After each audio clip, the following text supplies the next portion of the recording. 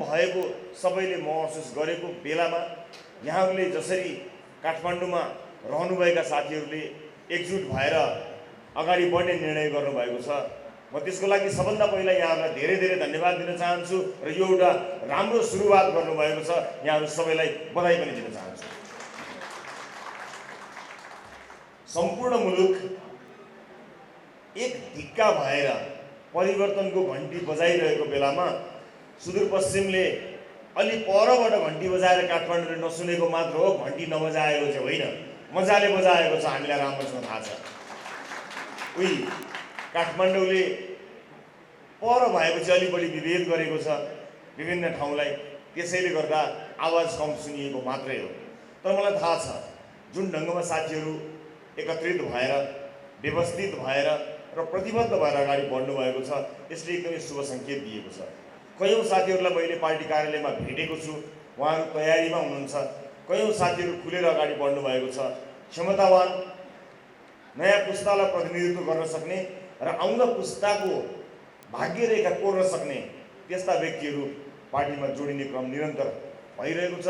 यसको जानकारी मैले पाएको छु र मैले अघि भने जस्तै विभिन्न व्यक्तिहरूसँगको भेटघाटलाई मैले पनि निरन्तरता प्रदान गरेको छु र क्रमशः सुदूरपश्चिमले एउटा जबरजस्त टिम बनाउनेछ र त्यसभित्र रहेका मानिसहरू सुदूरपश्चिमलाई सुदूरपश्चिम होइन, हामीले भने जस्तै सुन्दर पश्चिम बनाउने बाटोमा लाग्नुहुनेछ भन्ने कुरामा मलाई काहीँ पनि शङ्का लागेको छैन। म निर्धक्क छु।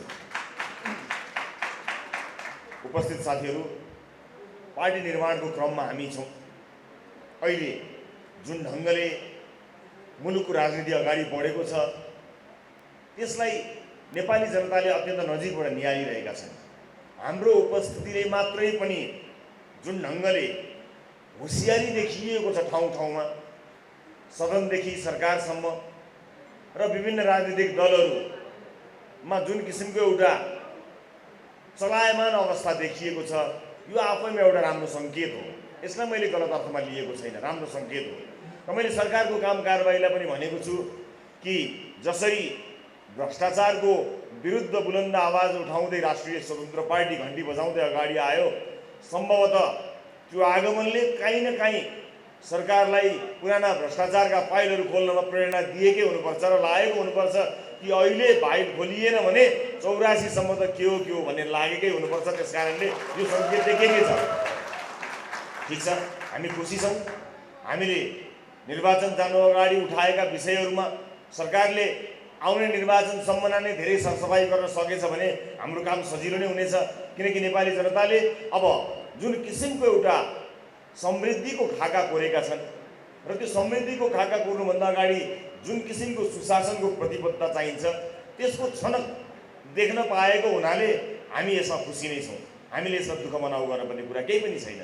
त्यसैले म आज यहाँहरूलाई धेरै समय छैन, अत्यन्त कम समय, निरन्तर बिहानदेखि विभिन्न कार्यक्रममा पुग्दै आइरहेको छु र फेरि अहिले संसद पनि छ, केही बेरमा नै संसदमा उपस्थित हुनुपर्ने छ। त्यसैले गर्दा म साथीहरूको हौसला बढाउन मात्र यहाँ आएको छु, गर्ने यहाँहरूले नै हो।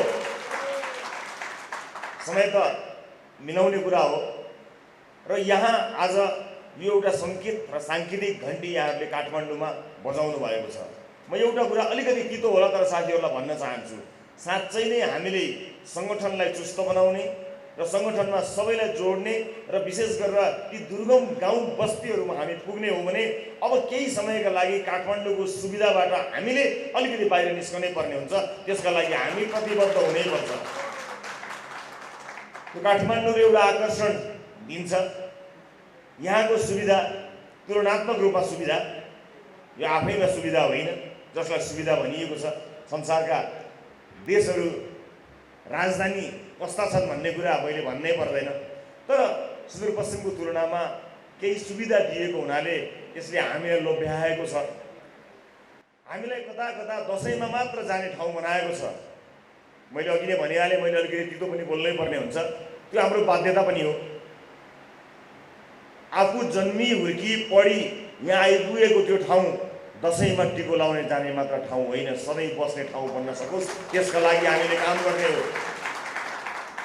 परिवर्तन भनेको सबै चिज केन्द्रीकृत गर्नका लागि होइन, हरेक ठाउँका जनताले उत्तिकै अधिकार प्राप्त गरून् भन्नका लागि भएको हो। त्यसकारणले यो परिवर्तनले सुदूरका मान्छेहरूको दैनिकीलाई छुन सकेन र हामीले काठमाडौँमा नै केन्द्रित भएर कार्यक्रमहरू गऱ्यौँ या हाम्रो जीवनको अन्तिम उद्देश्य भनेको जसोतसो काठमाडौँ आउने नै भयो भने त हामी त त्यहाँ जानै परेन। त्यसकारणले यसपटक साथीहरूले अब काठमाडौँको सुविधालाई बिर्सिनु पर्नेछ, पसिना चुहाउनु पर्नेछ, हिलो माटोमा हिँड्नु पर्नेछ, धुली माटी गर्नुपर्नेछ। उही प्यारो सुदूरपश्चिममा फेरि एकपटक पहिला एकछिनका लागि गए चाहिँ गरेर होइन, घर घर बस्ती बस्ती छिर्नका लागि प्रतिबद्ध हुनुपर्नेछ। तब मात्र रासोपा घर घरमा पुग्छ, गाउँ गाउँमा पुग्छ, सुदूरमा पुग्छ र त्यहाँका जनताले पनि महसुस गर्नेछन्। अब हामीले त्यस किसिमको खाका कोर्नुपर्नेछ। मलाई थाहा छ आज तपाईँहरूको यो उपस्थिति एउटा समिति निर्माण गर्नको निमित्त यसपछि बन्द सत्र पनि सुरु होला, त्यसका लागि होला। जो साथीले जिम्मेवारी लिनुहुन्छ उहाँहरूले जिम्मेवारी लिइरहँदा त्यो केवल तपाईँ र तपाईँको परिवारका लागि गर्व गर्ने विषय नबनोस्, सिङ्गो सुदूरपश्चिमले गर्व गरोस् कि वाह हाम्रो प्रदेशले यस्तो मान्छे पायो भन्ने गर्व गरोस्। सुविधाकै कुरा गर्नुहुन्छ भने साथी हो, म लगायत हाम्रो पार्टीमा रहेका कयौँ नेताजीहरू अत्यन्त सुविधा सम्पन्न जीवन यापन गरिरहेका साथीहरू हुनुहुन्छ। ती सबै सुविधालाई छोडेर हामी असिन पसिन धुलो मैलो हिलो माटो पानी झरी हुरी केही नभनी दिनरात दौडिएका छौँ। त्यो व्यक्तिगत स्वार्थका लागि र लाभका लागि भए यति धेरै गर्नुपर्ने नै थिएन। यत्रो धेरै आलोचना यत्रो गाली गलौजका बिच पनि हामी प्रतिबद्ध भएर कम्मर कसेर निस्किएका छौँ। त्यही अपेक्षा म तपाईँहरूबाट गर्न चाहन्छु। तपाईँहरूको आजको यो जमघट यसो जमघट भएछ, पुराना साथीहरू भेटघाट भएछन् र सामाजिक सञ्जालमा फोटो हाल्ने जमघट मात्र नबनोस्, एउटा प्रतिबद्ध जमघट बनोस्। म त्यति मात्र अपेक्षा गर्न चाहन्छु र व्यस्त समयका बिच म तपाईँलाई यति भन्न मात्र आएको छु कि तपाईँलाई एकपटक आँखामा आँखा जुदाएर भन्न सकौँ, साथी हो सुदूरपश्चिमलाई सधैँ सुदूरपश्चिम नबनाऊ, सधैँ दुर्गम नबनाऊ। त्यहाँका मानिसको दैनिकी कसैको कथा भन्ने र कसैले किताब लेख्ने या कसैले दुःखको कथा बुन्नका लागि त्यहाँको जनजीवन नबनोस्। त्यहाँको जनजीवनले पनि गुणस्तरीय शिक्षा प्राप्त गर्न सकोस्, त्यहाँको जनजीवनले पनि स्वास्थ्यमा पहुँच राख्न सकोस्। बिरामी पर्दा काठमाडौँको महँगा अस्पतालमा जान सक्ने मान्छेको हैसियतले जुन गुणस्तरको स्वास्थ्य सेवा पाउँछन् सुदूरका जनताले पनि त्यही पाउन् भन्नका लागि हामी जोडिएका हौँ। आफूले पद प्राप्त गर्नका लागि हामी जोडिएका होइनौँ। यदि तपाईँको र हाम्रो सोच एउटै हो भने अब सुदूरपश्चिमलाई यहाँसम्म जोड्नको निमित्त तपाईहरूले त्यही अनुसारले काम गर्नुहुनेछ। मलाई पुरा भरोसा छ, पुरा विश्वास छ। म तपाईँबाट त्यही भरोसा बटुल्न भनेर अहिले व्यस्त समयका बिच पनि यहाँ आएको छु र मलाई विश्वास छ यसपछि बन्द सत्र हुनेछ र बन्द सत्रमा चुनिएका साथीहरूले कम्तीमा पनि आफू केका लागि चुनिएको हुँ, के जिम्मेवारी मैले प्राप्त गर्नु छ र मबाट पार्टीले भन्दा पनि देशले अनि आफ्नो प्यारो सुदूरपश्चिमले के अपेक्षा गरेको छ यति कुरा महसुस गरिदिनु भयो भने हामीलाई केही पनि चाहिँदैन। पार्टी सुरुवात भएदेखि नै मैले सुदूरपश्चिमका देशमा र विदेशमा भएका एकदमै महत्त्वपूर्ण मान्छेहरूसँग निरन्तर संवाद गरेको छु। मलाई थाहा छ त्यो संवादहरूमा हरेक व्यक्तिले अब चाहिँ आशा जागेको छ हामी विदेशमा भए तापनि तपाईँलाई कसरी सघाउन सक्छौँ त्यो भन्नुहोला, हामी साथमा छौँ। हामी पनि दिन गनेर बसेका छौँ कि रासोपा सरकारमा आउनेछ, रासोपाले आफ्ना नीति लागू गर्नेछ र हामी परदेश छोडेर घर देशमा फर्केर आउनेछौँ, आफ्नै प्यारो माटोमा आफ्नो जीवन बिताउनेछौँ। हामी त्यो दिनको प्रतीक्षा गरिरहनेछौँ, हामीलाई त्यो दिनको आशा छ भनेर विदेशमा रहनुभएका धेरै साथीभाइहरूले भन्नुभएको छ। म त्यही अपेक्षा गरेर बसिरहेको छु र आज यहाँबाट तपाईँले बनाउनु हुने समितिका साथीहरूले यो सपना जो संसारभरि रहनुभएका सुदूरपश्चिममा रहनुभएका साथीहरूको सपना छ त्यो सपनालाई पुरा गर्ने जिम्मेवारी लिनुहुनेछ भन्ने मैले आशा र विश्वास राखेको छु। मैले केही समय अगाडि भारतको भ्रमण गरेको थिएँ, त्यो मेरो व्यक्तिगत भ्रमण थियो, तर प्रत्येक दिन सुदूरपश्चिमका विशेष गरेर दाजुभाइ दिदीबहिनीहरूलाई भेटेको छु।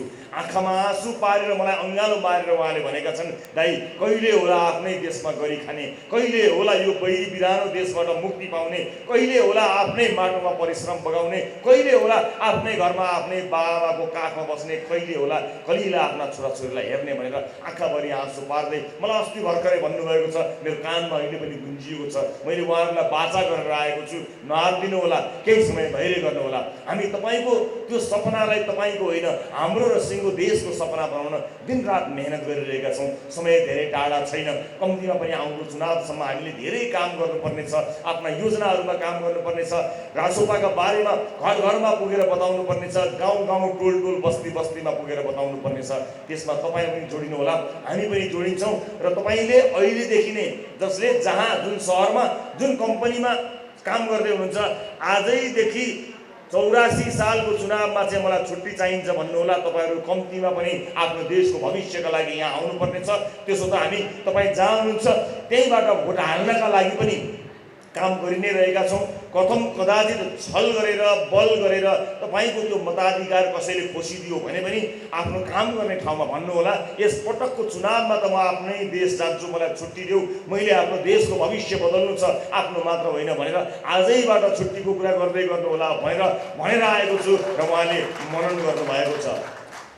सुदूरपश्चिमका धेरै साथीहरू छन् जसको इमान्दारिताको मैले भनेर साध्य छैन, त्यति धेरै एउटा इमान्दारिताको उदाहरण बनेका छन् सुदूरपश्चिमका साथीहरू। मैले आज भन्नै पर्ने हुन्छ, मेरो साथी, मेरो भाइ, मेरो सहयात्री दीपक बोहरा सुदूरपश्चिमले मलाई दिएको एउटा सुन्दर उपहार हो, जसमा आँखा बन्द गरेर म विश्वास गर्दछु। मलाई कहीँ कतै जानु पर्यो, मलाई कहीँ कतै केही गर्नु पर्यो भने मैले आँखा बन्द गरेर दीपकलाई भनिसकेपछि मैले कहिले पनि फेरि दोस्रो पटक सोच्नु परेको छैन। त्यो उपहार मलाई डडेलधुराले दिएको छ, सुदूरपश्चिमले दिएको छ। म आज यहाँ काठमाडौँ उपस्थित तपाईँ साथीभाइहरूलाई त्यो उपहार प्राप्त गरेकोमा सिङ्गो सुदूरपश्चिमलाई धन्यवाद दिन चाहन्छु, म डडेलधुरालाई धन्यवाद दिन चाहन्छु र सबैलाई धन्यवाद दिन चाहन्छु कि मैले एउटा इमान्दार सहयात्री, इमान्दार साथी पाएको छु। एउटा इमान्दार साथी, एउटा इमान्दार सहयात्री पाउनुको अर्थ के हुन्छ भन्ने कुरा मैले देखेको छु, मैले भोगेको छु र यही सहयात्रा म तपाईँहरूबाट पनि चाहन्छु। म यो हलभरि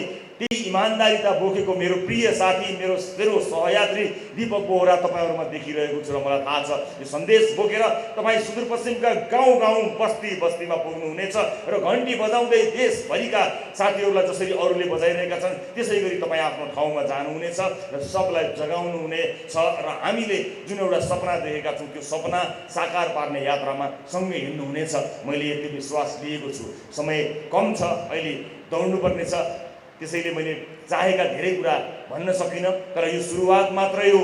तपाईँ हाम्रो भेट सबै जिल्लाहरूमा पुग्ने मेरो योजनासँगै भेटघाट हुनेछ।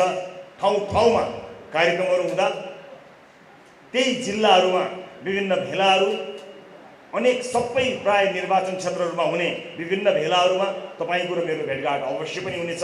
पार्टीका अन्य नेताहरूको पनि भेटघाट अवश्य पनि हुनेछ। अन्त्यमा यति भन्न चाहन्छु कि जुन अपेक्षा सुदूरपश्चिमले राष्ट्रिय स्वतन्त्र पार्टीबाट गरेको छ र यस पार्टीका नेताहरूबाट गरेको छ र पार्टीको नेतृत्वकर्ताको रूपमा सभापतिबाट मबाट गरेको छ, त्यो अपेक्षा तब मात्र पुरा हुन्छ जब तपाईँमा इमान्दारी हुनेछ, जब तपाईँ इमान्दार भएर अगाडि बढ्नुहुनेछ, तब मात्र यो सपना हामी पुरा गर्न सक्नेछौँ। त्यस कारणले यो व्यक्तिको सपना होइन, यो त तपाईँ हामीले देखेको सामूहिक सपना हो। आउनुहोस् सुदूरपश्चिम घर भई काठमाडौँ, देशका विभिन्न भाग र विदेशमा समेत जोडिएका साथीहरू एक ढिक्का भएर भनौँ कि सुदूरपश्चिम अब सिङ्गो सुदूरपश्चिम घन्टी बजाउन तयार छ। सबै निर्वाचन क्षेत्र मात्र होइन, वडा वडामा असल मान्छे ल्याउन तयार छ। म यति बाचा तपाईँबाट प्राप्त गर्नको लागि तपाईँसँग आम्ने सामने भएर भन्न मात्र उपस्थित भएको छु। यस पछाडि म लगत्तै निस्किनु पर्नेछ, तर तपाईँहरू आफ्नै ठाउँमा बस्नु होला। मलाई थाहा छ छोटो समय भएको हुनाले भेटघाटलाई यसो क्यामेरामा कैद गर्न पाए हुन्थ्यो भन्ने एउटा रहर पनि चाहना पनि तपाईँहरूको होला, तर त्यो रहरलाई अहिले रहरमै राखौँला, त्यसलाई थाती राखौँ, गर्न बाँकी काम बनाएर राखौँ। हामी सम्बन्धित जिल्लाहरूमा भेट्नेछौँ र त्यहीँका कार्यक्रमहरूमा तल्लीन हुनेछौँ। आजबाट हामीले हाम्रो कामको दिन सुरुवात गर्नेछौँ, हाम्रो दिनगन्ती सुरु हुनेछ। त्यसैले साथीहरूलाई म अहिले निस्किनु परे तापनि यथास्थानमै बसिदिएर धैर्यतापूर्वक अनुशासित भएर बस्दिन अनुरोध गर्न चाहन्छु। संसदको कारबाही केही बेरमा सुरु हुने भएको हुनाले म संसद भवनतर्फ लाग्नुपर्नेछ। तपाईँहरू बन्द सत्र सञ्चालन गर्नुहोला र यति मात्र तपाईँहरूले प्रतिबद्धता व्यक्त गर्नुपर्नेछ कि आज चुनिएका साथीहरू इमान्दार चुनिनेछन् र जो साथीहरू चुनिनुहुनेछ उहाँहरू सहयोगी साथीहरू हुनुहुन्छ। उहाँहरू अर्को असल मान्छेका लागि त्यो पद सुरक्षित र संरक्षित गर्नका लागि आज चुनिनु भएको हो भन्ने कुरा मात्र मनन गरिदिनु भयो भने सुदूरपश्चिम घर भएका र यो देशलाई केही योगदान दिन्छु भनेका अत्यन्त क्षमतावान होनहार राष्ट्रप्रेमी दाजुभाइ दिदीबहिनीहरू हाम्रो यात्रामा जोडिनुहुनेछ। यो जिम्मेवारी तपाईँको काँधमा सुम्पिँदै म यिनलाई बिदा चाहन्छु। सबको जय होस्, जय घन्टी।